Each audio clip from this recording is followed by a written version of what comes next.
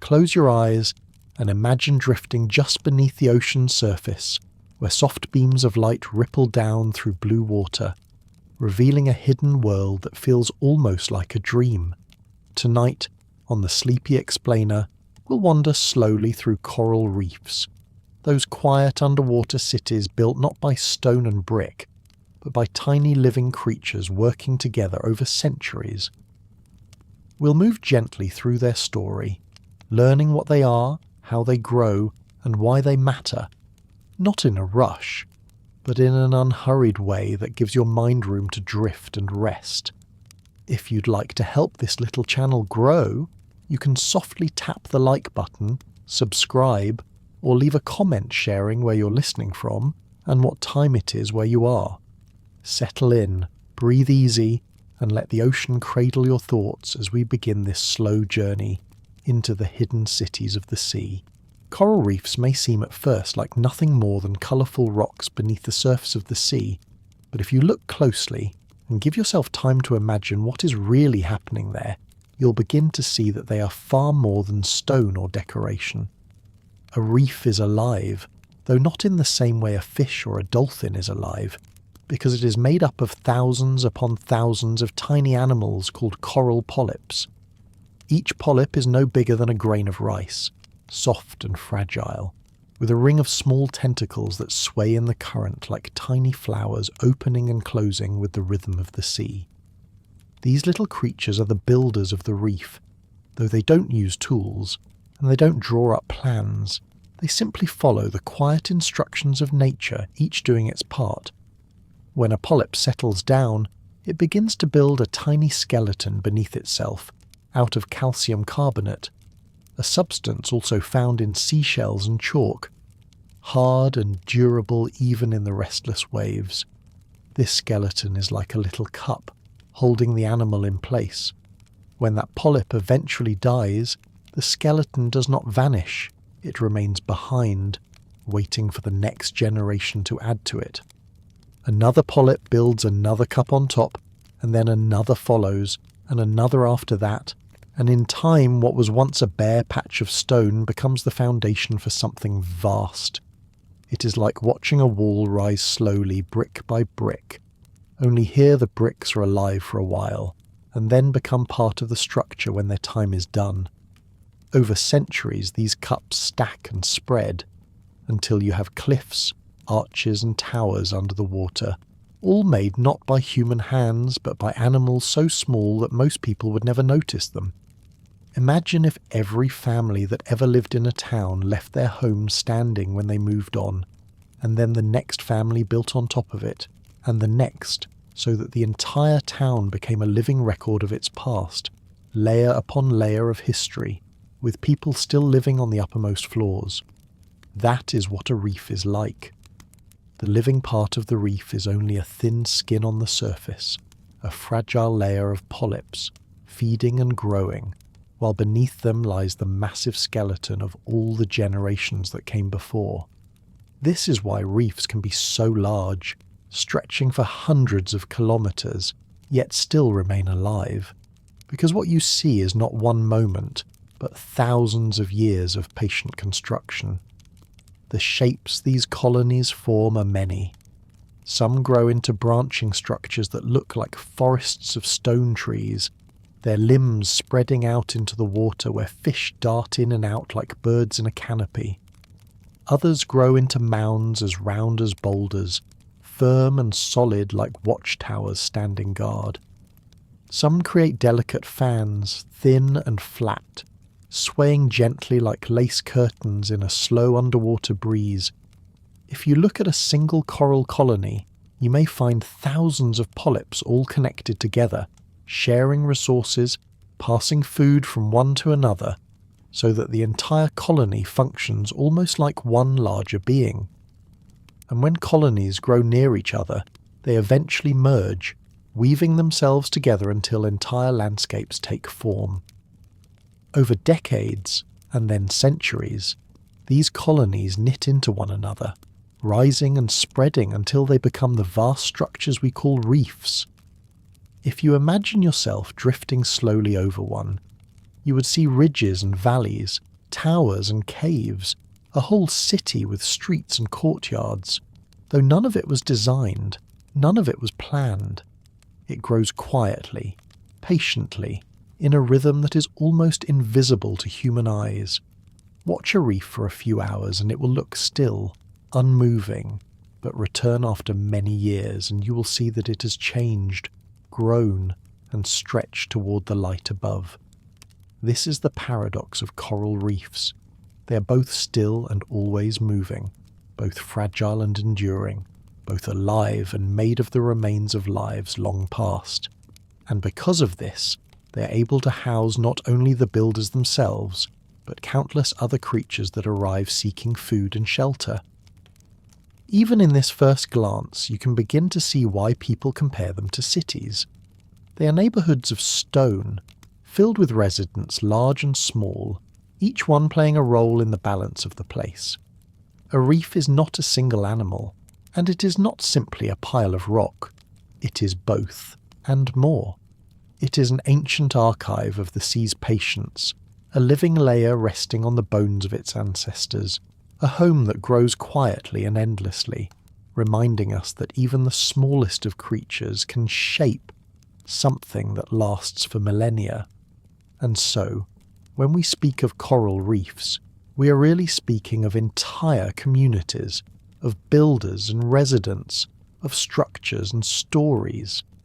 A coral reef begins in a way so subtle that if you were there to see it, you might not even notice that anything had happened at all. Far out in the open sea, small coral larvae drift with the currents, each no bigger than a grain of sand, carried in every direction by tides and waves. They are soft and vulnerable, unable to choose their own path, and many of them will never survive the journey. Some are eaten by small fish, others carried too far into waters too deep or too dark, but a few will be carried to the right place, to a patch of hard surface where they can land. It might be the side of an ancient rock, the empty shell of another creature, or even the skeleton of a coral that lived long ago. When one of these tiny travellers finally attaches, something remarkable happens. The drifting larva transforms into a coral polyp, a creature with a simple body and a ring of tentacles, almost transparent, almost invisible, but ready to begin building something far larger than itself. Though the animal is soft, it begins to produce a substance much harder than its own body. This substance is calcium carbonate, the same material that makes seashells strong and chalk solid to the touch. Slowly, carefully, the polyp creates a tiny cup of stone around itself. This cup holds the polyp in place, sheltering it from the waves and currents. One cup is not much, but corals have a quiet way of multiplying. The single polyp divides, creating another polyp beside it, and then another and another still. Soon, instead of one, there is a cluster of polyps all joined together. Each one sits in its own small stone cup, but they remain connected by a thin layer of living tissue, like many rooms sharing the same walls. Because of this connection, they can share food and energy, supporting one another so that the whole group grows as one. This is how the colony is born. As the days pass, the colony expands. New polyps form at the edges, each one building its own skeleton, each skeleton adding to the foundation beneath. The living layer always remains on the surface, while the skeletons left behind become the base, hardening into stone. The colony grows slowly, almost too slowly to notice. After a year, it may be no larger than a coin. After 10 years, perhaps the size of a hand. But after centuries, the skeletons pile up into walls and ridges, into boulders and branches, into structures large enough to change the shape of the ocean floor itself. The speed does not matter, because the work never stops. Each polyp lives only a short while, but when it dies, its skeleton remains in place, ready to support the next generation. New polyps build on top of the old, and the reef thickens. It is not a building finished in a single lifetime, but an endless project, a structure written in time instead of stone. Over countless years, many larvae arrive and settle nearby. Their colonies grow, and as they spread outward, they begin to touch. When they meet, they fuse together, weaving themselves into larger and larger formations. What began as tiny scattered dots of life becomes a continuous landscape. At first, perhaps just a ridge here or a mound there, but as centuries pass, the ridges become long barriers, the mounds become islands, and the scattered colonies knit themselves into vast underwater cities.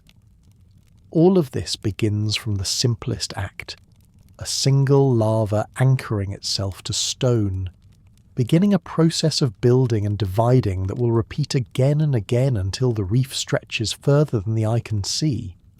The reef story is not one of sudden change, but of patience, endurance, and the quiet persistence of small lives joining together to create something greater than themselves. As coral colonies expand and merge over centuries, they slowly carve the ocean floor into shapes and structures that seem almost like deliberate design, though they are the result of countless small actions repeated over unimaginable stretches of time. This slow but steady building is what gives reefs their architecture, and when we look closely at them we see that they take on three main forms, each one depending on how the reef grows in relation to nearby land. The first and most common type is the fringing reef, which forms directly along the edge of a shoreline. If you were to walk along a coast and then wade gently into the water, you might find that instead of smooth sand stretching endlessly beneath your feet, there is a stony shelf where coral has taken hold. The reef hugs the land, clinging tightly to the edge, like a city wall built against the border of the sea. These fringing reefs are often narrow, yet they are alive with colour and movement, because the closeness to land means nutrients flow into the water, feeding the tiny builders and all their neighbours. Over many years, the reef slowly pushes outward, extending its reach further into the shallow sea, and in time it may create a sheltered lagoon between itself and the shoreline, a calm space where water is protected from the rougher waves outside, much like a quiet courtyard tucked behind strong walls. The second great type of reef is the barrier reef, larger and more dramatic in scale, rising some distance away from the coast, with a wide stretch of water lying between land and the reef itself. If you imagine sailing out from a shore and finding, far out at sea, a vast ridge of living coral standing like a fortress, you are picturing the shape of a barrier reef. These formations act like natural breakwaters, softening the strength of ocean waves before they can strike the land and creating long stretches of calm lagoons on their inner sides. The space between the reef and the land becomes a kind of safe harbour where seagrass meadows grow and small creatures find shelter. Barrier reefs can be immense, so immense that they dwarf anything people could build. The Great Barrier Reef of Australia stretches for over 2,000 kilometres, so large that astronauts can see its outline from orbit, a living wall in the sea, built patiently by animals smaller than your fingernail. The third and perhaps most remarkable type is the atoll, a formation that tells the quiet story of both creation and disappearance. Atolls often begin around volcanic islands, where corals form rings along the shoreline. Over thousands of years, the island itself begins to sink back into the sea, worn away by erosion and the slow shifting of the earth. Yet while the rock disappears, the coral continues to grow upward, always reaching toward the sunlight above. Eventually the island vanishes completely beneath the waves, leaving only the ring of coral standing at the surface, enclosing a central lagoon. From above, an atoll looks like a delicate necklace of stone and life floating in the water, a perfect circle or oval encircling a calm patch of blue. Within the ring, life flourishes in safety, while outside the atoll rises like a protective wall against the endless ocean. These three grand shapes, Fringing reefs, barrier reefs, and atolls are the broad strokes of coral architecture, the patterns that emerge when countless small builders act together across time spans so long that human lifetimes seem brief in comparison. Yet within these forms, the details are just as striking. Branching corals grow like forests of stone trees, their limbs forming avenues where fish move as though they were gliding down narrow streets. Boulder corals rise like solid towers, unshaken by the restless waves, while delicate fan corals open themselves to the current, filtering the water like lace screens in open windows. Caverns form in the shadows, hidden rooms where shy creatures hide, while arches and tunnels connect one part of the reef to another like secret passageways in an ancient city. To drift slowly above a reef is to float over a living city where every street, courtyard and wall has been formed not by blueprints, but by the patient rhythm of nature. It is a place without architects, and yet its balance feels intentional, as though every ridge, every valley and every tower had been carefully planned. This is the quiet genius of reefs. They grow without design, and yet they create harmony, spaces where thousands of species can find room to live, all shaped by the silent persistence of the coral polyp. Though the reef appears to be stone, solid and unmoving, its true life takes place at the surface where thousands upon thousands of coral polyps carry out their quiet routines, each one no larger than a pinhead, yet together forming the living skin of the reef. To understand the reef, you have to imagine the daily rhythm of these tiny animals. A polyp spends most of its time nestled in the small stony cup that it has built around itself, its skeleton made of calcium carbonate, protecting its soft body from the push of the currents. When the light of day shines down through the water, many polyps keep themselves hidden, their tentacles drawn inward to avoid the fish that might graze on them. But when the sun sets and the water grows darker, the reef begins to bloom. One by one, polyps extend their tentacles outward into the night, a crown of delicate arms stretching into the current. These tentacles are lined with tiny stinging cells, invisible to the eye but strong enough to paralyze plankton, the drifting particles of life that float endlessly in the water. The polyp does not chase its food, it waits. The ocean brings the food close, and the tentacles gently sweep it toward the center, where a small mouth opens to receive it. In this way, the polyps feed, silently, patiently, all across the reef. From a distance, the scene resembles a vast underwater meadow opening at dusk, countless small flowers blooming together, swaying in the current as they catch what the sea delivers. Yet this nightly ritual is only part of their existence, for corals have another, even more important way of gathering nourishment. Inside the very tissues of each polyp live tiny algae known as zooxanthellae. So small they cannot be seen without a microscope, but vital to the life of the reef. These algae have the same gift that plants on land possess. They capture sunlight and turn it into energy through photosynthesis. During the day, as light filters down from the surface, the algae work constantly, producing sugars and other nutrients. They share much of this with the coral polyp, and in return the polyp provides them with shelter and a steady supply of carbon dioxide and waste products that the algae use to fuel their own process.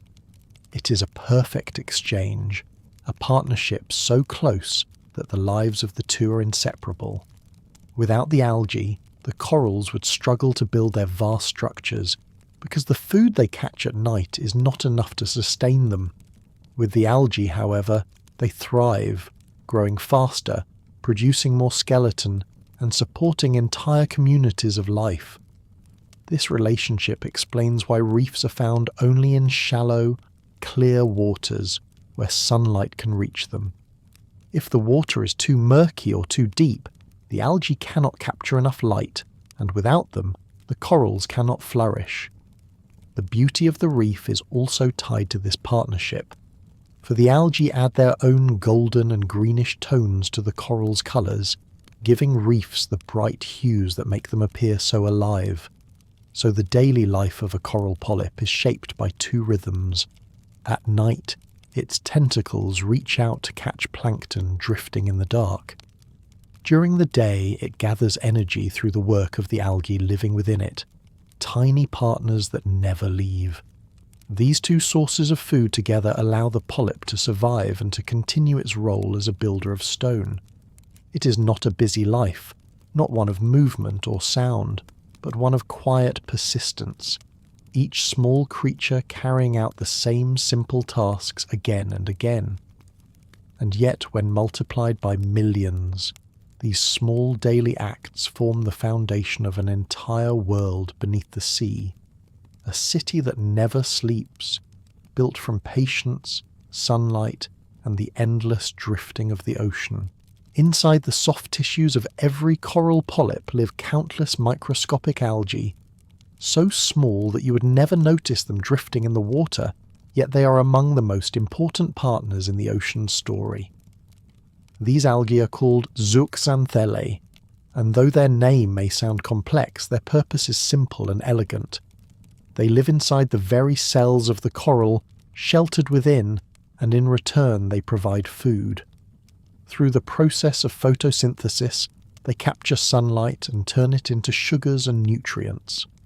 Just as plants on land use light to grow leaves and fruit, these algae use the sun's energy to create nourishment, and they share a large portion of that nourishment with the coral that shelters them. Without them, the corals would have only their tentacles to catch tiny plankton drifting at night, and though that would give them some food, it would never be enough to build the vast and solid cities of stone that reefs become. But with the algae inside them, corals have a steady supply of energy during every sunlit hour of the day.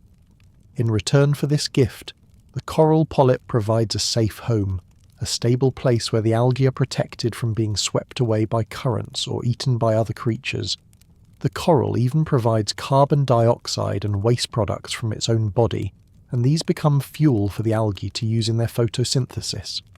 Nothing is wasted, and everything is exchanged. The result is a perfect partnership where both partners survive more easily than they ever could alone. Scientists call this type of relationship symbiosis, a word that simply means living together in a way that benefits both sides. This symbiosis is the reason reefs exist where they do. Reefs are often found in clear, shallow, nutrient-poor waters, where the ocean does not provide much food. Alone, corals would starve in such places, but with algae working inside them, they flourish. The algae act like invisible farmers, growing food from light itself, while the corals provide them with shelter and the waste they need to continue. Because sunlight is their power source, coral reefs never grow in deep, dark seas. They must remain in the shallows, where light reaches through the water, feeding the algae and allowing the entire partnership to continue. In this way, the quiet relationship between tiny algae and tiny animals decides the fate of some of the largest living structures on Earth. If you imagine the reef as a city, the algae are its farmers and energy keepers, feeding the city each day without rest, while the coral polyps are its architects and masons, building walls and towers from stone. Even the colours we see in corals are linked to these algae. Much of the golden brown glow in coral tissues comes directly from the algae within. When the algae are healthy, the coral shines with vibrancy, but when they are lost, the coral becomes pale and white, a state called bleaching, which signals that the balance of the partnership has broken down. In normal conditions, however, when the algae are safe and plentiful, the partnership works with quiet perfection. During the day, the algae are busy with photosynthesis, providing a constant flow of energy to the polyp. At night, when the algae rest, the coral stretches its tentacles into the dark water to catch drifting plankton, adding another source of food. Between them, they form a cycle of nourishment that is steady and dependable, one that has lasted for millions of years. The beauty of this system is its patience. Neither partner can rush, neither can dominate. Both must cooperate to survive, and in doing so they create something far greater than themselves. Without the algae, corals would remain small and fragile. With them, they become the builders of entire landscapes, shaping habitats that stretch for hundreds of kilometres. This invisible partnership is the hidden engine of the reef, the quiet secret that transforms scattered colonies of tiny animals into vast underwater cities teeming with life.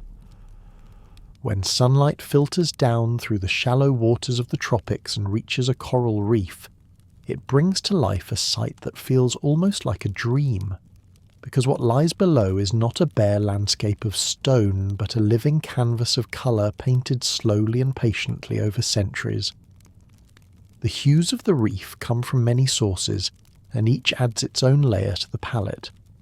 The foundation of much of this colour is provided by the tiny algae, the zooxanthellae, living inside the tissues of the corals themselves. These microscopic partners, while feeding the coral with energy through photosynthesis, also lend a soft golden brown or greenish tint to their hosts, a gentle wash of colour that covers the reef like the base coat of a painting. Without them, the coral would appear pale, nearly white, but with them it glows in earthy tones that shimmer when the light shifts. The corals are not entirely passive in this art either, for some species produce pigments of their own, defensive molecules that help protect them from too much sunlight, but that appear to us as brilliant colours. These pigments create subtle blues, purples, reds and pinks, splashes of light woven into the golden base from the algae. Together, coral and algae form the background layer of the reef's colour, the canvas upon which the rest of the living community paints. Yet the reef's brightness does not end with corals alone. Sponges, which are simple animals filtering water for food, add strong, unmistakable strokes of pigment across the reef. Their bodies glow in yellows so bright they seem to hold sunlight inside them, or deep purples that stand in stark contrast against pale stone. Some are orange like flames, others a mix of mottled colours, covering rock surfaces like dabs of thick paint laid down in patches. Sea fans and soft corals contribute ribbons of crimson, violet and lavender, their branches swaying gently in the water as though the canvas itself were alive and moving. Anemones open their tentacles in luminous greens, pale whites, or tips of pink and blue, creating little bursts of brightness that look like fireworks frozen in slow motion. Even the sand plays its part, the pale white grains reflecting sunlight upward, framing the darker and brighter hues with a background that makes them stand out more vividly, the way a painter's choice of canvas enhances each colour laid upon it. And then come the fish, the most dynamic colours of all. The reef without fish would already be bright, but with them it becomes a moving masterpiece. Parrotfish swim with scales of turquoise, pink and green, as if painted one at a time by a careful hand. Clownfish, famous for their partnership with anemones, glow with bold orange bodies wrapped in stripes of clean white and edged with black, like brush strokes meant to draw the eye. Butterfly fish wear yellow, white and black in delicate patterns that look almost designed, while angelfish flash deep blues and oranges. Wrasses shift their shades as they age, young fish appearing one colour, older ones another, so that they are living demonstrations of change itself. Damsels, tangs and gobies all add their strokes too, flashing as they dart in and out of crevices, scales catching the sun in ways that turn a single movement into a flicker of silver or gold. Every flick of a fin, every quick turn, adds movement to the painting, as though the reef itself were a living brush constantly adding new lines. The harmony of all these colours together is what makes the reef so breathtaking. It is not a chaotic mix, but a balance, like a symphony where each note finds its place. In one area you may see the steady green of a massive boulder coral, heavy and grounded, while beside it stretches the orange of a sponge, and around both, blue and yellow fish weave their paths like strokes of colour applied in motion. As the sun moves across the sky, the painting shifts. At midday the colours are sharp and bright, each hue distinct in the clear light. At dawn or dusk, when the water glows in softer tones, the reef's colours blur slightly, becoming dreamlike and muted, as though the whole canvas has been washed in blue and gold. Even the rippling surface above changes the scene, bending light into patterns that make the reef shimmer like stained glass. What is most striking is that none of these colours exist for beauty alone. Each one has its purpose. The algae's golden tint is a side effect of photosynthesis. The coral's pigments help protect them from the stress of too much sunlight. The bright scales of fish may help them blend into the dazzling surroundings, or in some cases may be signals to one another. Yet when seen together, their functions become art, creating an image that seems too carefully balanced to be accidental. The reef is.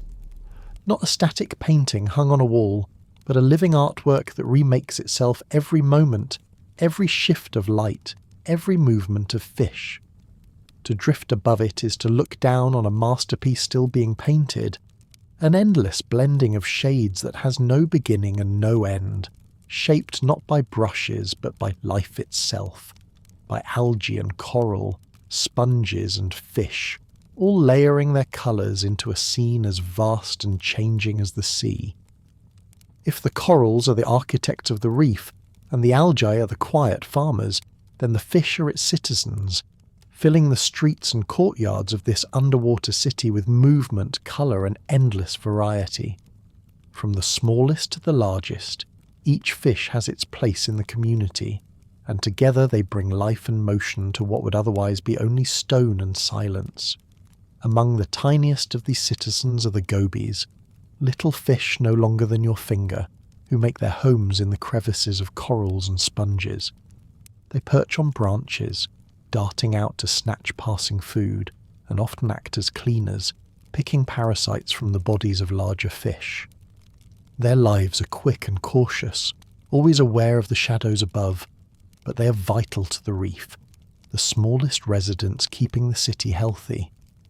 Slightly larger are the damsel fish, bright in colours of yellow, blue and white, known for defending small patches of algae as if they were farmers protecting their gardens. They hover close to their chosen territory, chasing away intruders far larger than themselves with surprising courage, their tiny bodies filled with the stubbornness of survival. Then there are the butterfly fish, graceful and delicate, their flattened bodies patterned in striking yellows, blacks and whites. They glide through the reef like dancers moving down a street, often seen in pairs, nibbling gently at corals or picking at small invertebrates, their movements calm and unhurried, adding elegance to the bustle of the reef. Parrotfish are among the most striking residents, with scales of turquoise, pink and green that seem painted rather than grown. They spend much of their day scraping algae from coral with strong beak-like teeth, grinding even bits of rock as they go. What they excrete afterward becomes sand, meaning that the very beaches humans walk on are in part the product of parrotfish feeding. Their role is both humble and grand, keeping algae from smothering the coral, while also creating the white shores that fringe tropical seas. Schools of tangs and surgeon fish move together like flowing crowds in a busy marketplace, turning and shifting in unison, their bodies flashing silver or blue as they catch the light. Groupers and snappers, heavier and more solitary, lurk near caves and ledges, waiting patiently for smaller prey to swim too close. Eels weave through the cracks and tunnels of the reef, long and ribbon-like, appearing suddenly with toothy mouths. though usually they spend their days hidden, watching. Their presence a reminder that even in the brightest city there are shadows. Higher above, barracudas and jacks patrol like watchmen, sleek and fast, moving with purpose through the water, their speed and sharp teeth keeping smaller fish alert and quick. And among all of these citizens swim the reef's most recognizable characters, the clownfish, orange and white, living among the protective tentacles of anemones. Their relationship with the anemone is another form of partnership, for the anemone protects them with its stinging arms while they in return bring it food and help keep it clean. No matter their size or role, each fish contributes to the whole, balancing the reef's life in countless ways. Some eat algae, preventing it from overwhelming the coral. Others hunt, keeping populations steady. Still others act as prey, feeding larger species and continuing the cycle of life. To float above a reef is to look down on a crowded, busy city where every corner has its residents, every niche has its specialist, and every street is alive with motion. The fish are not only inhabitants but participants in the constant rhythm of the reef, shaping it with their actions just as much as the corals themselves do. They weave between the towers of coral like citizens moving between buildings, filling the empty spaces with purpose. Without them, the reef would be silent stone, but with them it is alive, a city in motion, filled with colour, sound, and countless stories unfolding at once. The reef would not be complete with only corals, algae, and fish, for like any city it also has countless other residents who fill smaller roles, hidden corners, and quiet passages, each one important to the whole. Among these are the crustaceans, the crabs and shrimps and lobsters that scuttle along the reef's floors and walls. Small cleaner shrimps set up stations where larger fish come to have parasites gently picked away, almost like barbers or caretakers in the streets of this underwater city. They wave their antennae to advertise their services, and fish line up patiently, opening their mouths and gill covers so the shrimps can climb inside and do their work. Crabs move with a different rhythm, some hiding in shells they borrow for protection, others flattening themselves into crevices by day and venturing out at night. Lobsters, long and armoured, move slowly and carefully, their antennae sweeping the water before them like cautious guards, and though they spend much of their time in caves and shadows, their presence adds weight and strength to the hidden corridors of the reef. Mollusks, too, are many, each finding a place in the city. Octopuses slip through narrow cracks, soft-bodied and intelligent, changing their colours and textures to vanish into the background. They are the quiet observers of the reef, able to squeeze into impossibly small spaces, then unfold into graceful hunters, reminding us that the reef is not only a place of beauty, but also of careful survival. Squids hover in open spaces, flashing signals of light to one another, their communication like silent lanterns moving in the dark. Clams and oysters live more quietly, cemented into the reef's walls, their shells opening and closing with the tide, filtering water and adding to the city's foundations. The giant clam, massive and unmoving, rests in the sunlit shallows with its shell gaping wide, its tissues glowing with colours of blue and green, like stained glass windows letting light into a cathedral. Then there are the sea stars and their relatives, slow and steady residents that crawl across the reef with many arms. Their movements are so gentle that you might not notice them at first, yet they play their part, preying on mollusks, recycling nutrients and keeping balance in the system. Sea cucumbers inch their way across the sand, swallowing grains and cleaning them, leaving behind neat trails that keep the seabed healthy. Sea urchins, covered in spines, tuck themselves into cracks by day and emerge by night, scraping algae from rocks with mouths on their undersides, small but vital caretakers of the reef's surfaces. Even worms and tiny invertebrates contribute. burrowing through the sand, recycling the material of the city like unseen workers who keep its foundations strong. Each of these residents may seem small or secondary compared to the bright fish or the towering corals, yet together they complete the community. They are the shopkeepers, cleaners, caretakers, and recyclers of the city, keeping its alleys from becoming overgrown, its foundations from crumbling, its walls from being overwhelmed. Without them, the reef would lose its balance. With them, it thrives, every role filled, every corner alive. When you look at a reef closely, you see that no niche is empty. Every hole, every surface, every shadow has a resident, from a crab tucked in a crevice to a worm burrowing in the sand. The city of the reef is vast, but it's also intricate, and it is the presence of these hidden citizens that makes the system whole. When the sun sinks below the horizon and the last golden light fades from the surface of the sea, the reef undergoes a quiet transformation, one so complete that it almost feels like a second world hidden within the first.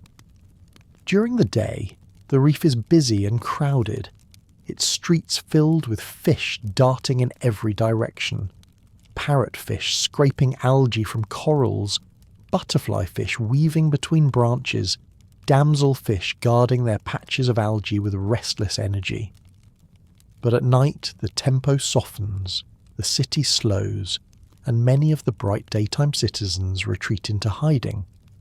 Parrotfish, for instance, create cocoons of mucus around themselves before they sleep, thin protective blankets that disguise their scent from predators. Other fish tuck themselves deep into crevices or wedge between branches of coral, resting in the safety of narrow spaces. The bustling avenues of the daytime reef empty, and in their place a slower rhythm begins. As the diurnal fish vanish into shadows, nocturnal creatures awaken. Crustaceans that spent the day hidden in cracks and burrows now creep out into the open. Crabs scuttle across the reef floor, searching for scraps, their movements deliberate and cautious. Lobsters emerge from caves, antennae waving as they probe the dark water ahead, moving with surprising speed once they find food. Shrimps gather at cleaning stations, their bodies glowing faintly under the dim light, waiting for the few nocturnal fish that still visit them for grooming. Octopuses, so rarely seen in daylight, become bold under the cover of night.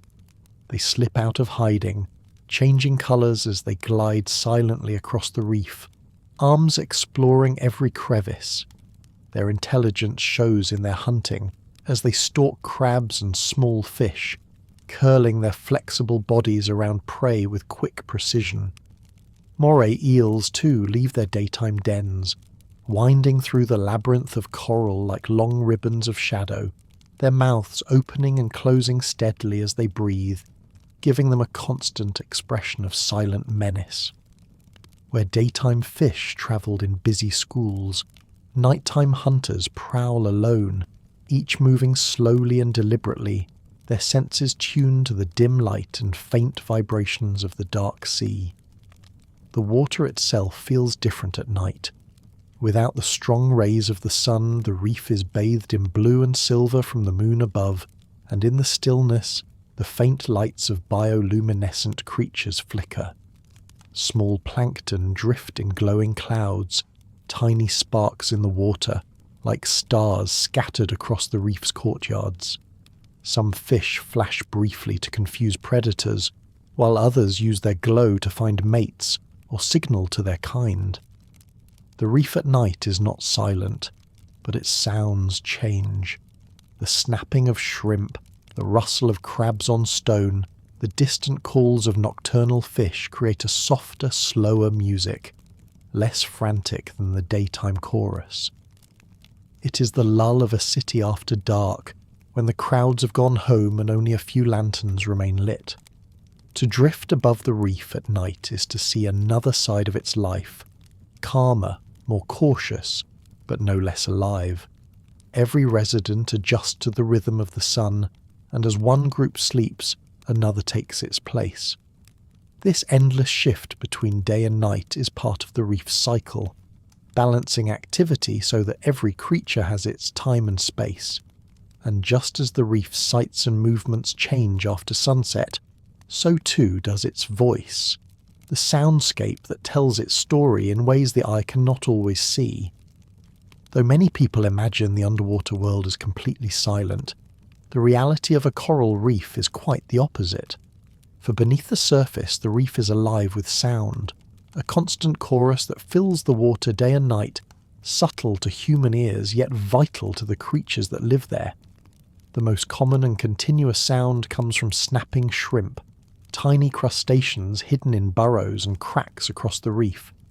Each shrimp can snap its claw shut so fast that it creates a bubble in the water, and when that bubble collapses it makes a sharp pop, almost like the crack of static. One shrimp alone is quiet, but when thousands fill a reef, the result is a steady background of crackling, a sound like rain on leaves or the gentle hiss of a fire.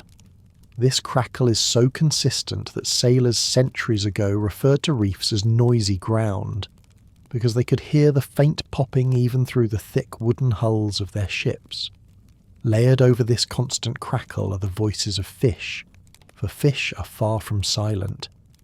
Many produce low grunts, quick clicks, or soft croaks by rubbing bones together or contracting special muscles against their swim bladders, which act like drums. Groupers make deep, resonant thumps when warning rivals or attracting mates. Damselfish produce sharp clicks as they defend their algae gardens. Even parrotfish add to the soundscape, scraping loudly as their beak-like teeth bite into coral to graze on algae, each scrape a reminder of the work they do to keep the reef balanced. At night, when the bustle of daytime feeding slows and many fish retreat into crevices, these sounds stand out more clearly, drifting through the still water like muffled conversations on a quiet street. The water itself adds its voice, for waves rolling across shallow reefs produce a rhythmic whooshing, surging back and forth across the stones like the breath of the sea. Currents whisper as they pass through coral branches, turning the architecture of the reef into instruments that hum softly with each movement of water. Even creatures too small to see contribute. Tiny invertebrates scuttle, scrape, and snap, their movements joining the chorus, while plankton bloom in clouds that sometimes sparkle with faint bioluminescence, adding not sound but light to the sensory world of the reef. The result of all these layers is a soundscape that is rich but gentle, never chaotic, always textured, the combined output of thousands of small lives going about ordinary tasks. To float above a reef and close your eyes is to hear an underwater orchestra, made not of instruments, but of survival, feeding, and communication. Scientists have begun to use these sounds as a way of measuring reef health, for a reef that is vibrant is noisy, full of crackles, grunts, and scrapes, while a reef that is damaged or dying grows eerily quiet. The difference between a living reef and a degraded one can be heard long before it is seen, as though the city itself had lost its voice. For the animals of the reef, this soundscape is more than background noise, it is a map and a guide.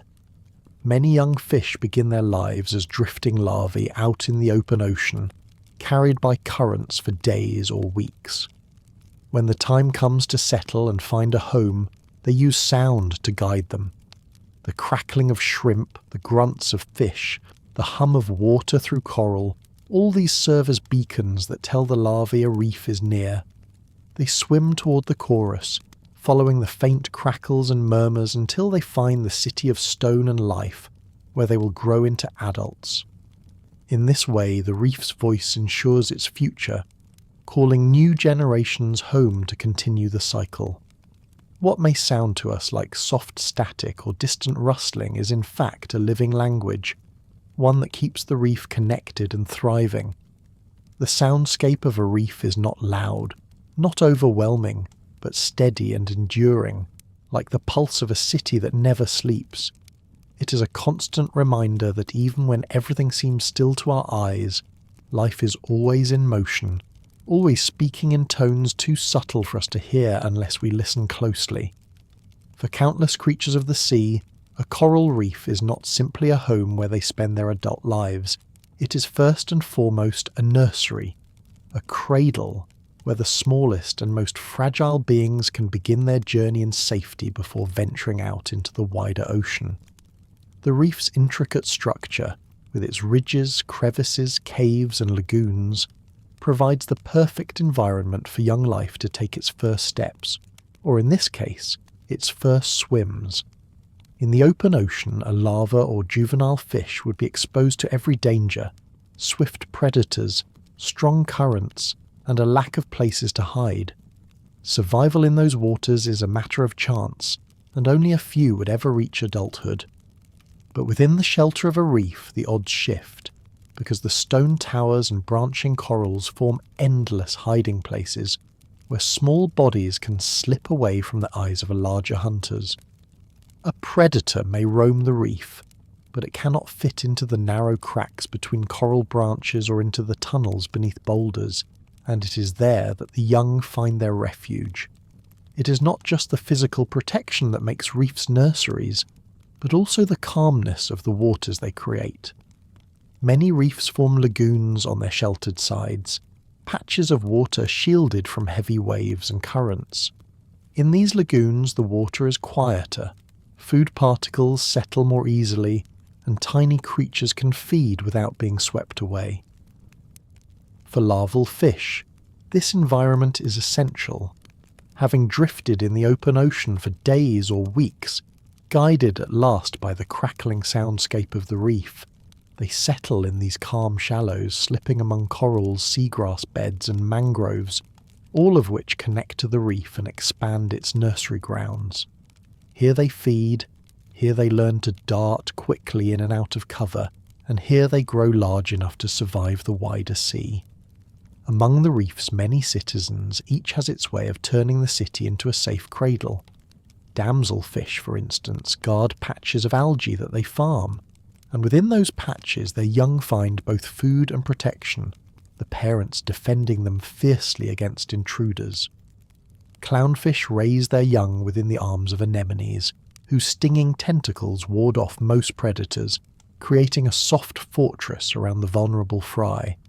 Gobies, cardinal fish, and small wrasses stay close to coral branches, their young hovering in the shallows until they are strong enough to venture further. The reef itself becomes a network of nurseries, from the smallest hole in the stone to the calmest pool behind the reef crest. It is not only fish that benefit from this cradle. Many invertebrates also begin their lives within the reef's protective spaces. Tiny shrimps hatch and spend their early days in cracks too small for predators to reach. Crabs begin as fragile larvae in the plankton, before settling into the nooks of the reef, where they can harden their shells in safety. Mollusks like clams and oysters settle on the reef surfaces, where the strong structure anchors them against currents while they grow. Even sea cucumbers and urchins find protection among the corals as juveniles, feeding quietly in places where few can bother them. The reef is endlessly generous in this role, offering protection not to one species but to thousands, each with its own strategy, each taking advantage of the stone labyrinth built by coral polyps over centuries. By serving as a nursery, the reef ensures not only the survival of individuals but the survival of entire species, because without safe places to grow, populations would collapse. The abundance of young life in these nurseries also sustains the food web of the reef itself. Small fish feed on plankton and algae, and in turn they become prey for larger fish. Though many will not survive, the sheer numbers ensure that enough will reach adulthood to keep the cycle going. The reef balances risk and safety, providing just enough refuge for the young to have a chance, while still supporting the predators that depend on them. In this way, the nursery role is woven into the entire rhythm of the reef, each life stage connected to the next. To think of a reef as a nursery is to imagine a vast cradle, made not of wood or cloth, but of stone and water, a cradle that has rocked generation after generation of ocean life for millions of years. It is steady, patient and enduring, always ready to shelter the next wave of arrivals, and just as the reef protects its smallest residents within, it also serves a greater role outside, guarding the shores of islands and continents from the restless force of the sea. Coral reefs are not only homes, nurseries and bustling cities for marine life, they are also great protectors, standing like natural walls between the restless energy of the open ocean and the fragile edges of the land. For millions of years, reefs have served this role, absorbing the force of waves and breaking the energy of storms long before they can crash onto beaches, erode shorelines, or flood coastal communities.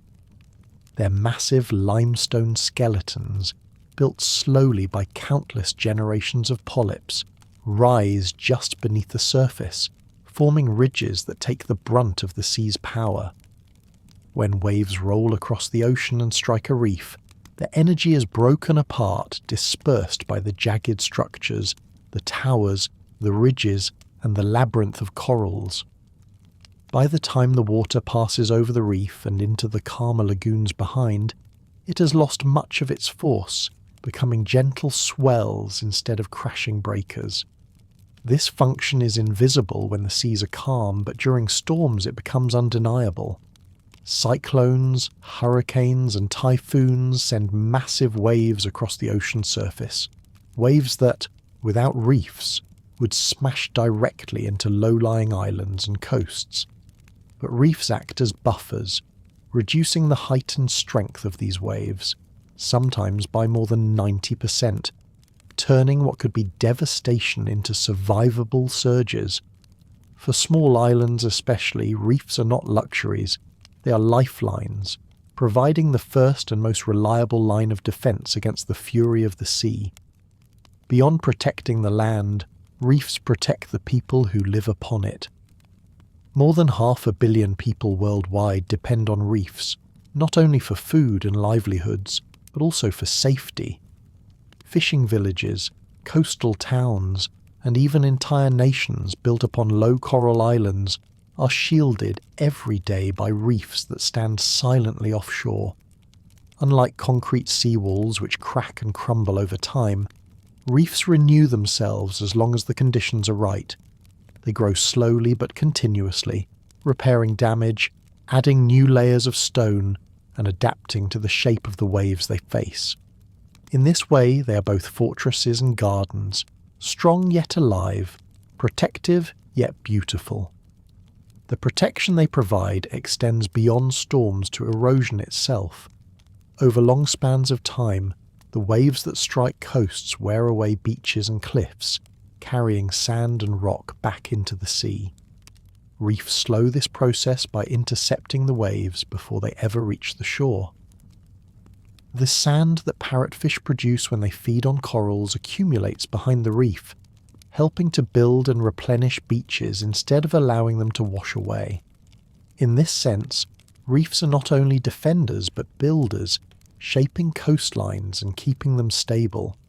To imagine their role, picture a coastal community without a reef. Every storm would strip away more sand, every large wave would creep further inland, and the land itself would shrink slowly back into the sea. But with a reef in place, the shoreline holds, the beaches stay, and life on land is made possible. All of this is done quietly, without fanfare, as a natural service given freely by the reef's presence. The cities built by corals protect the cities built by humans, and in this way the connection between the two worlds is closer than it first appears. Yet the value of reefs as protectors extends even deeper, for their role as shields of the land has shaped human history itself. Long before modern science explained their structure, sailors and coastal peoples knew that reefs meant safety as well as danger, that they could wreck ships but also soften storms, that they could both take life and preserve it. Their presence influenced where villages were built, where harbours were safe, and how people understood the sea. And as humans learned to live with reefs, they began to weave stories about them, passing down tales of these living walls that stood between land and the great unknown of the ocean. For as long as people have travelled the seas, coral reefs have been part of human history, shaping the way sailors moved, the way communities settled, and even the stories that cultures told about the ocean. To the earliest navigators, reefs were both a blessing and a danger. From the surface, the shallow waters of a reef could be hard to see, and ships with deep hulls could run aground, torn apart by the sharp limestone beneath. Many sailors feared reefs for this reason, calling them hidden teeth of the sea, obstacles waiting just below the waves. Countless shipwrecks lie scattered on reef edges, silent reminders of those encounters when sailors misjudged the water's depth or currents carried them too close. Yet at the same time, reefs were markers of land nearby, signals that islands or coastlines were close at hand. For Pacific Islanders, who crossed vast stretches of ocean in canoes guided only by stars, waves, and memory, the sound and sight of reefs told them they were nearing home or finding a new shore. The change in the water's colour, the sound of waves breaking over shallow ridges, and the unique noise of snapping shrimp beneath the hull, all were clues used by master navigators long before compasses or maps existed. These skills were passed from generation to generation, turning reefs into waypoints on the highways of the sea. For communities who lived on islands ringed by coral, reefs were not just natural barriers but sources of food and materials. Fish and shellfish taken from the reef-fed families, while corals and shells were sometimes used in tools, ornaments, or even early medicines. Legends grew around them too. In some Polynesian traditions, reefs were seen as gifts from the gods, protectors of islands against storms, their creation explained through mythic stories of deities placing barriers between people and the destructive force of the sea. In other cultures, reefs were described as living ancestors, places where spirits lingered, shaping the shorelines and guarding those who sailed upon the waters. Even in regions far from the tropics, tales of reefs spread with sailors who had seen them firsthand, describing strange gardens under the water, filled with colours and creatures that sounded more like dreams than reality. Over centuries, reefs became both feared and revered, woven into maps and myths alike. European explorers who first crossed into tropical seas often recorded their astonishment at reefs, comparing them to vast underwater forests or submerged cities. Some thought they were plants, others believed they were stones shaped by unknown forces. For the idea that tiny animals could build such massive structures was difficult to accept. Only later did naturalists begin to study corals closely and understand the truth, that reefs were the work of small polyps and their algae partners, slowly creating fortresses of stone.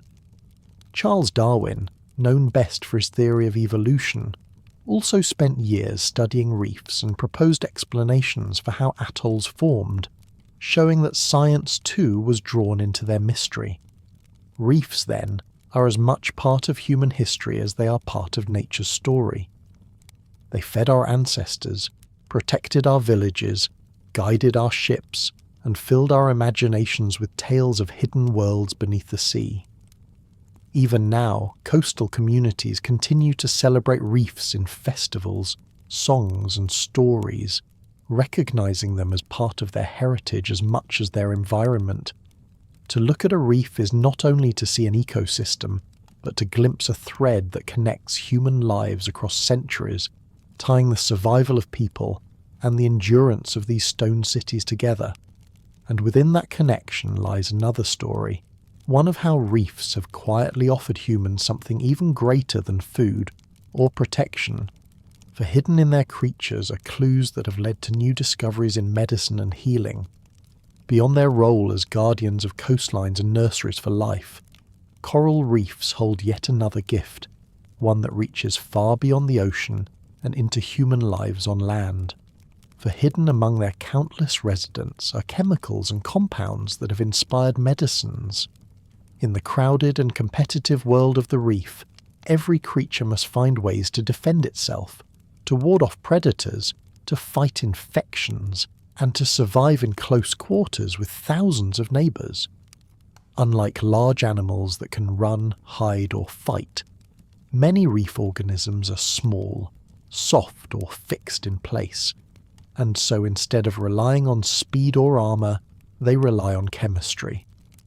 Over millions of years of evolution, they have developed unique compounds, molecules that act as shields, venoms, signals, or deterrents, and together these substances form a vast library of natural inventions. To scientists, this library represents opportunity, for many of these compounds can be studied, adapted, and used as medicines.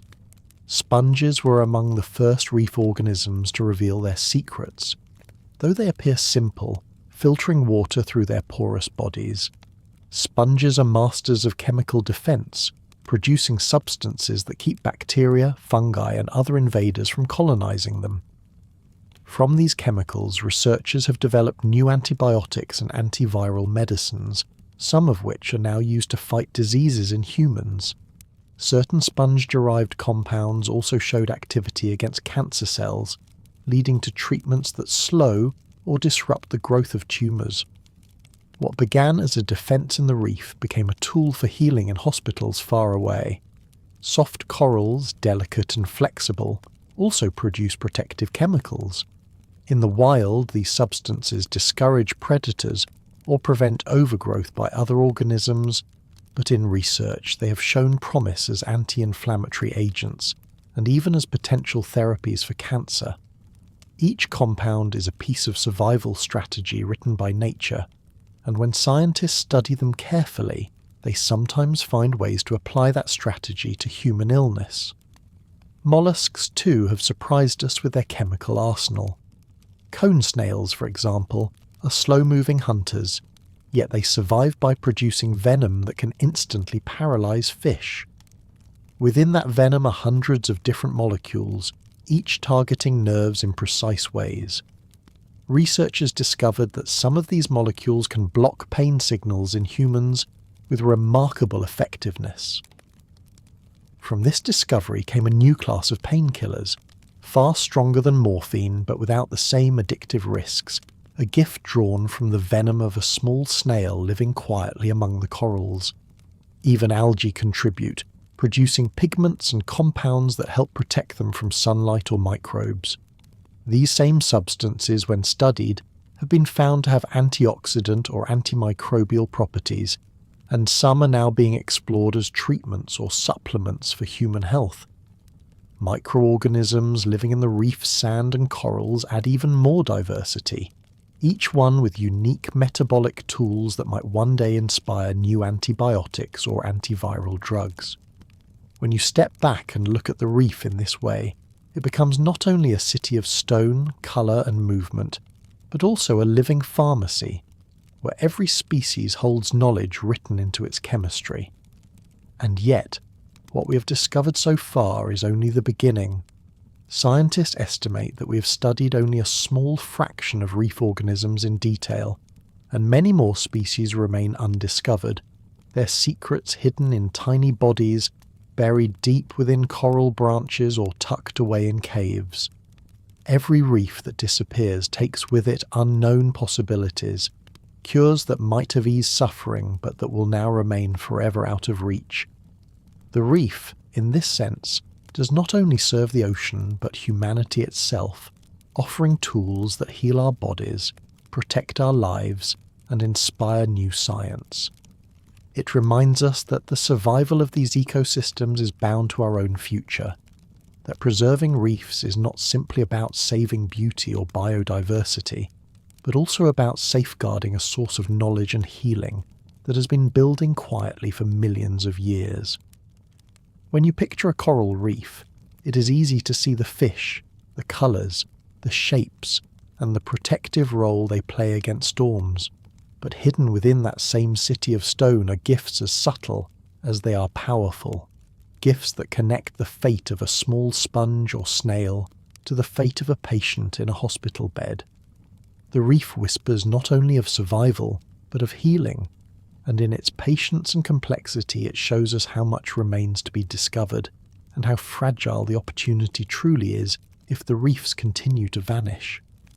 For all their grandeur and seeming permanence, coral reefs exist in a state of delicate balance, their strength built on foundations of stone, yet their survival dependent on a thin living layer of fragile animals and their microscopic partners.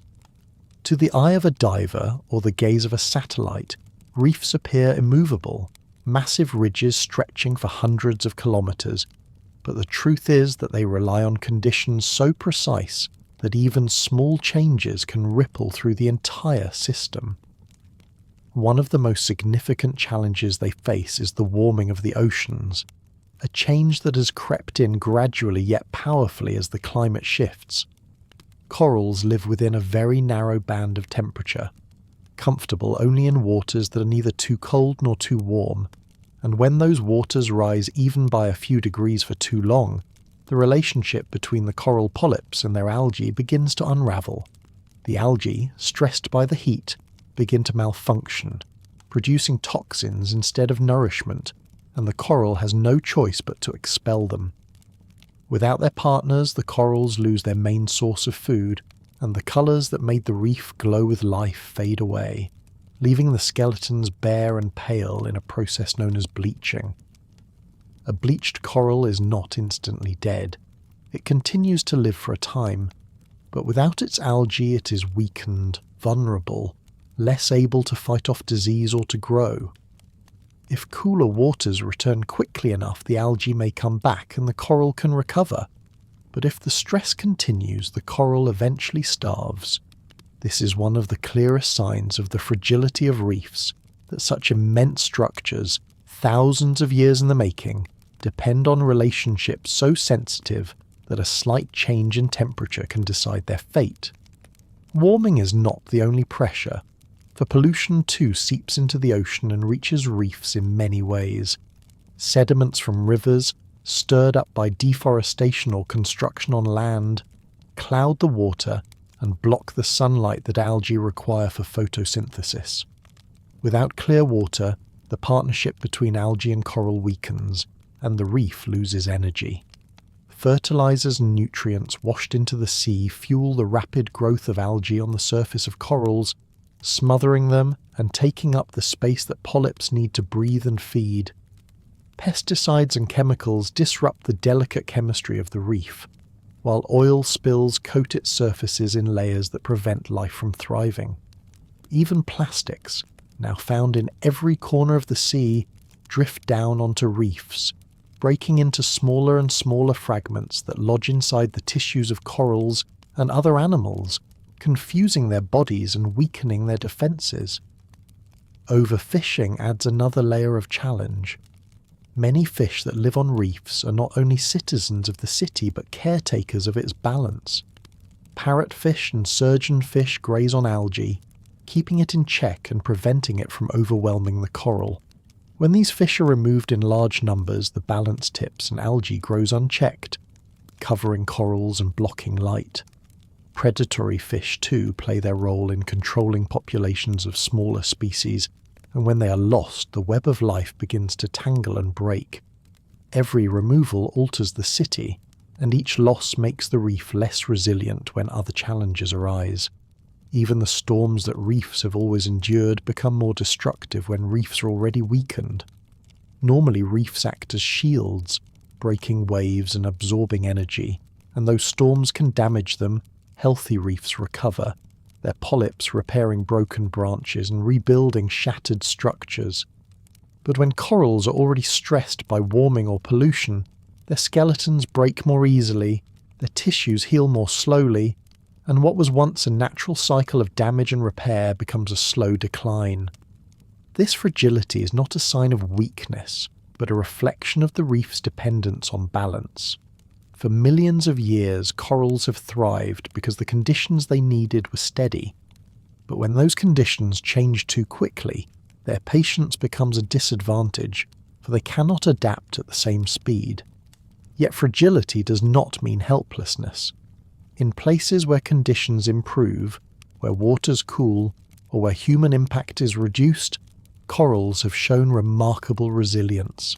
Bleached reefs have regained their colour, damaged reefs have begun to grow again, and life has returned to places thought lost.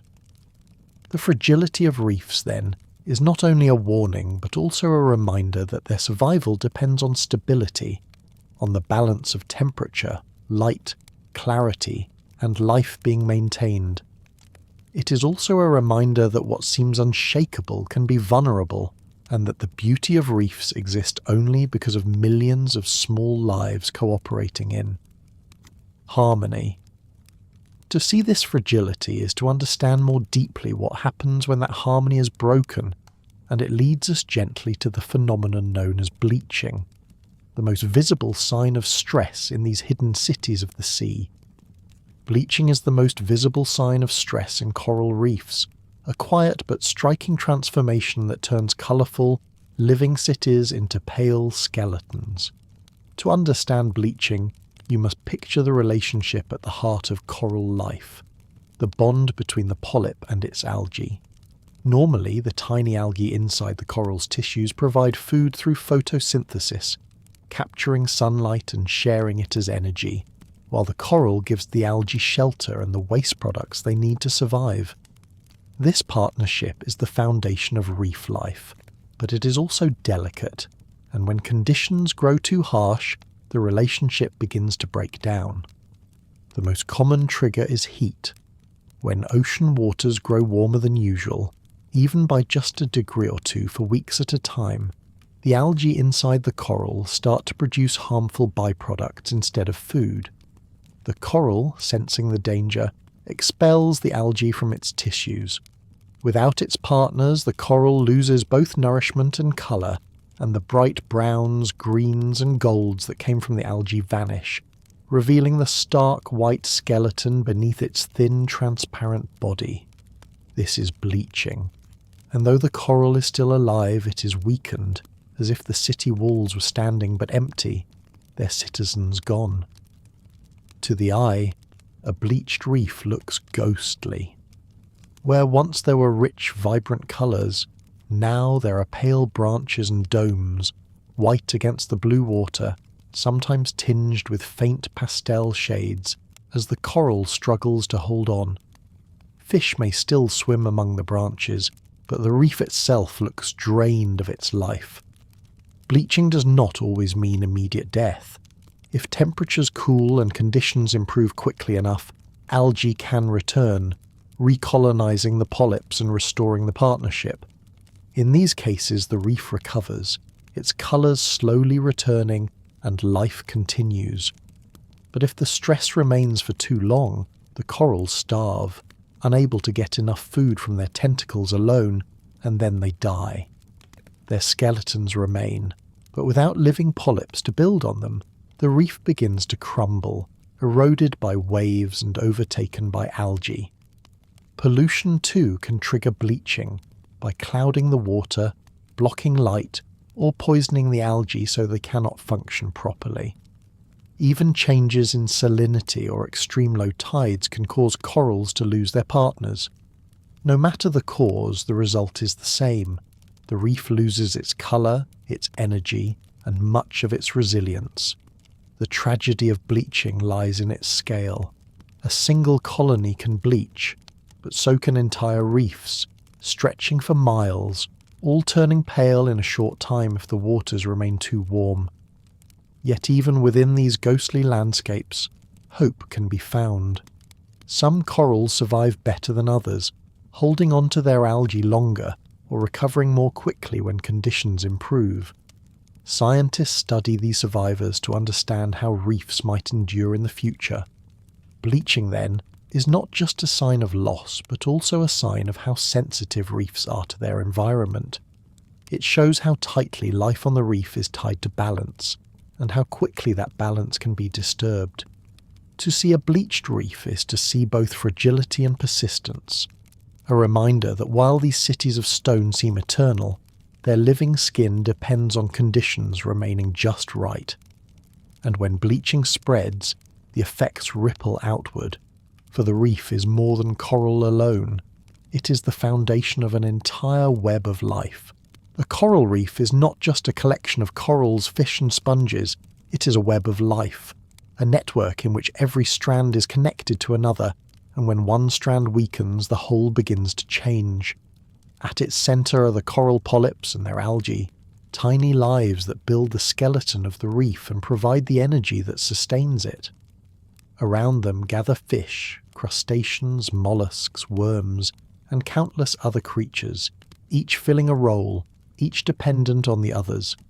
Small fish graze on algae, keeping it from smothering corals. Larger fish feed on the small ones, keeping their numbers balanced. Crustaceans clean parasites from fish, while fish in turn protect the corals by removing pests. Even the waste of one creature becomes food for another. It is a circular system where nothing is wasted, where survival depends not on isolation, but on connection. When reefs weaken, this balance falters, and the effects ripple outward. If the coral dies and its skeleton crumbles, the hiding places vanish, leaving young fish exposed. Without shelter, their numbers decline. Without small fish, the predators that feed on them also struggle. Algae, no longer grazed down by herbivorous fish, can grow unchecked, covering the stones where new corals might have settled.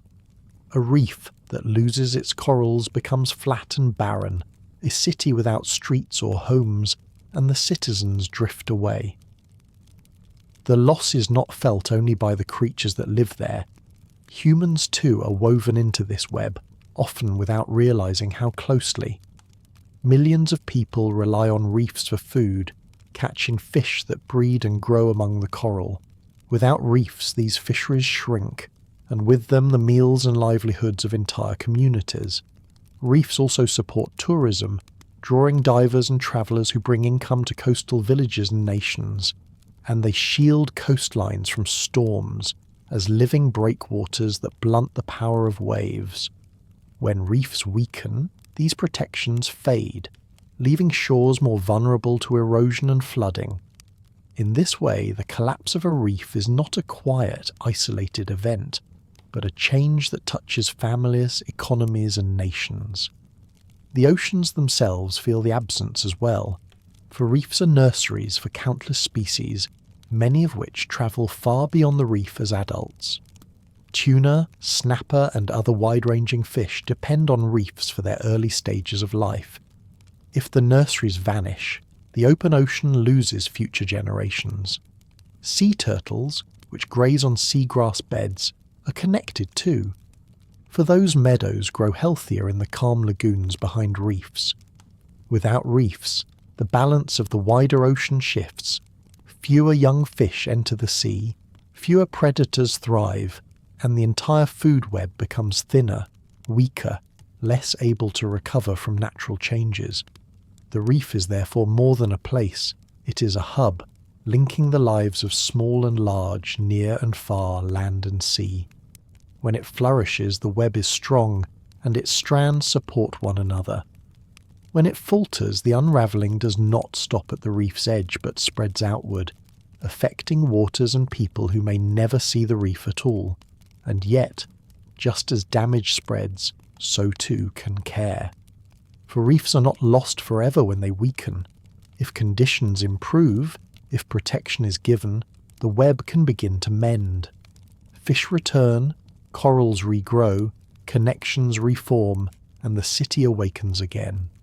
But for that to happen, people must step in as part of the web, not separate from it, recognizing that the health of reefs is tied to their own survival. And it is here that the story leads to efforts already underway, where humans, aware of this fragile web, are working quietly to help reefs endure. As awareness of the fragility of reefs has grown, so too have efforts to protect them. For people have begun to see that these hidden cities of the sea are not only beautiful but essential, and that without care they cannot endure. Around the world, conservation projects have taken shape.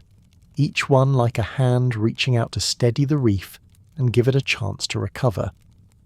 One of the most widespread approaches has been the creation of marine protected areas, places in the ocean set aside where fishing, anchoring or other damaging activities are restricted or even forbidden. These zones act like safe neighbourhoods, giving corals, fish, and all the smaller creatures of the reef the time and space to heal. When fishing is reduced, herbivorous fish return, grazing down algae that would otherwise overwhelm the corals. Predators return too, restoring balance, and slowly the web of life begins to strengthen. Studies show that reefs inside protected areas are healthier, more resilient, and better able to recover from storms or bleaching events than those left unprotected, reminding us that sometimes the simplest form of help is to simply leave nature undisturbed. Beyond protection, people have also begun to try active restoration, treating reefs like fragile gardens that can be tended and replanted. In some places, coral fragments broken by storms are collected and grown in underwater nurseries, suspended from ropes or attached to frames where they can heal and grow.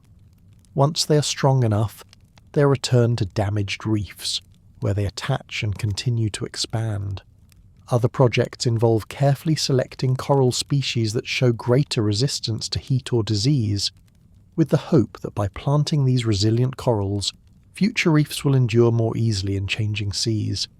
Scientists, divers and community volunteers often work side by side in these efforts, each fragment placed like a seedling, each nursery a reminder that healing can be guided if given patience and care. Alongside direct restoration, global efforts aim to reduce the threats that cause damage in the first place. Laws and agreements seek to limit pollution, to reduce the flow of fertilizers and plastics into the ocean, and to encourage sustainable fishing practices that allow reef populations to replenish. Tourism industries in reef regions increasingly promote responsible practices, teaching visitors not to step on corals, not to take souvenirs, and to respect the fragile balance of the ecosystem. Education too plays its part, as children in coastal communities learn from an early age that the reef is not separate from their lives, but intertwined with them, providing food, protection and opportunity, and deserving of stewardship in return. Technology has joined the effort as well.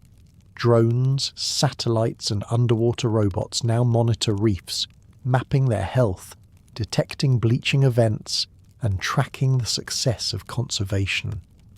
Acoustic devices record the soundscapes of reefs, allowing scientists to measure their vitality by listening for the chorus of shrimp and fish. Even artificial structures have been used, sinking specially designed blocks or recycled materials to provide new surfaces where corals can settle and grow, adding new foundations for the city to rebuild itself. These efforts are not perfect, and they cannot replace the reef's natural power, but they show how humans can step into the web of life as caretakers rather than destroyers. What is most striking about these projects is their resemblance to gardening, for reefs, like gardens, cannot be forced to grow overnight. They must be tended gently, patiently, with respect for the rhythm of nature. A gardener waters, removes weeds, and protects plants from pests, but the growth itself comes from the plants. In the same way, humans can clean, protect, and replant reefs, but the true rebuilding comes from the corals themselves, from the algae, the fish, and the endless persistence of life. All we can do is create the conditions that allow that persistence to continue. These efforts remind us that fragility does not mean inevitability, that weakness does not mean certain loss. With care, reefs can recover. With protection, they can endure. With respect, they can continue to provide food, shelter, and beauty for generations to come. And in the long view, the question of whether reefs will survive is bound to the future of the oceans themselves, for their health reflects the health of the sea as a whole, and their endurance shows us what is possible when balance is kept. The future of reefs is uncertain, Yet within that uncertainty there is both caution and hope. For while reefs are fragile, they are also resilient, shaped by millions of years of change and capable of surprising endurance.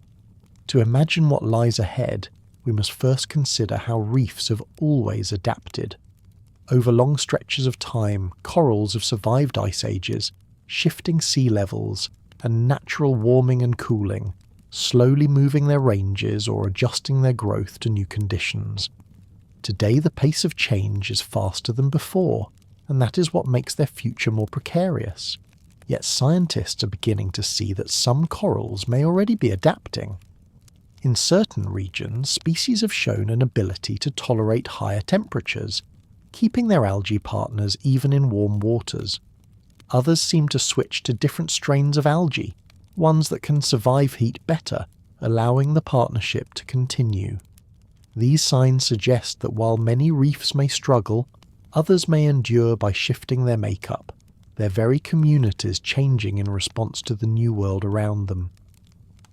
What scientists hope for is not that reefs remain exactly as they are, for that may not be possible, but that they survive in some form, altered yet still alive, still capable of supporting the countless lives that depend on them. People too have a role to play in shaping that future, for human actions are now as much a part of the reef's fate as waves or sunlight. Reducing the greenhouse gases that warm the oceans is one of the most important steps, because cooler waters give corals a chance to recover from bleaching instead of being pushed past their limits. Protecting reefs through marine parks and restrictions on destructive fishing allows their natural resilience to take hold. Supporting restoration projects where corals are grown and replanted can help rebuild areas that would not recover on their own. Even small actions like reducing pollution on land, using fewer plastics, or supporting sustainable seafood ripple outward to benefit reefs across the globe. Tourists who visit reefs gently, without touching or damaging the corals, help ensure that beauty remains for others. Local communities that see reefs not just as resources but as heritage pass down traditions of stewardship, ensuring that reefs are not only protected by law but respected in daily life. Scientists also imagine futures where technology aids the reefs, perhaps by identifying the most resilient corals and helping them spread, or by developing ways to reduce local stresses so that corals have the strength to face larger global changes. These ideas are still young, but they reflect a determination to give reefs every chance to adapt. The future will not look the same everywhere. Some reefs may fade, others may transform, and some may thrive in new forms, their citizens shifting as the environment changes. What remains constant is that reefs hold within them the capacity to endure, and with human care they may continue to provide food, protection, and wonder for generations not yet born. To imagine the future of reefs is to imagine two possibilities, one in which they vanish, leaving behind memories and skeletons, and one in which they survive, altered yet alive, still weaving the web of life in seas that will always need them. Which future unfolds depends in part on what people choose to do now, and in that choice lies both the responsibility and the hope of ensuring that these hidden cities of the ocean continue to thrive. We reach the close of this long journey through the hidden cities of the ocean. It becomes clear that coral reefs are far more than bright colours or distant curiosities. They are lessons written in stone and water, reminders of how life flourishes through connection, cooperation, and patience. A reef begins with something impossibly small, a drifting lava settling onto rock, building a cup of stone no larger than a grain of rice, and yet through time, through repetition, through countless generations doing the same small act, that cup becomes a wall, that wall becomes a city, and that city becomes a world of life. The reef is not a miracle of sudden creation, but of persistence, and in this persistence lies its beauty. Every citizen of the reef contributes, each in its own way. The coral polyps build the foundation, the algae provide food, The fish bring colour and motion, the crustaceans clean and recycle, the mollusks filter, the sponges glow, the predators balance, and the smallest plankton drift in to feed them all. Alone, none of them could endure, but together they create something vast enough to be seen from space, strong enough to shield islands from storms, and generous enough to feed millions of people. The reef is not one thing but many things woven into one, and its lesson is that life thrives not by standing apart but by standing together. Its colours remind us that beauty is not always fleeting, for the reef's palette has been painted over centuries, each tone laid down by tiny hands. Its sounds remind us that even silence has voices, that the crackle of shrimp, the calls of fish, and the hum of water are music if we pause to hear them. Its fragility reminds us that strength can be vulnerable, that even stone can fade when balance is lost. Yet its resilience reminds us that recovery is always possible, that life will return if given time, patience, and care. For us, reefs hold mirrors. They show us our own need for balance, for respect of the partnerships that sustain us, for care of the environments we depend on. They warn us of what is lost when we ignore fragility, and they inspire us with what can be gained when we nurture resilience. They have existed for millions of years, surviving ice ages, shifting seas, storms and changes, and though their future is uncertain, they still endure, still build, still cradle life. As you let your mind soften now, imagine yourself floating above one of these reefs, the water warm, the surface calm, the sun lowering in the sky and sending golden beams downward that ripple gently across the living stones.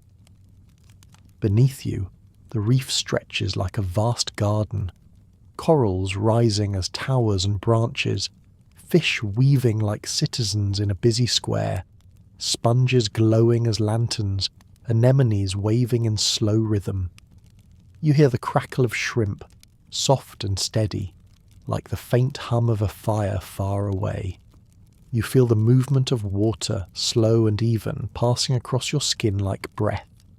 The reef does not hurry, it does not demand, it only continues, patient and steady, building layer by layer, life by life, moment by moment.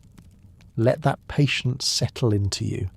Let yourself breathe with the rhythm of the sea, slow and deep in and out, as if you too were part of this ancient city. Imagine the light dimming further, the colours softening, the fish retreating to crevices, the corals extending their tentacles to feed in the gentle dark. The reef prepares for night, not with fear but with calm, for it has done this for millions of nights before and will do so for millions to come. You are safe here, carried in the cradle of the ocean, surrounded by a world that knows how to endure. Allow your thoughts to drift like larvae in the current, unhurried, weightless, finding places to rest. Allow the reef's patience to become your own. Allow the ocean's lull to carry you deeper, slower, softer, until sleep comes over you as gently as a tide, steady, calm, and endless.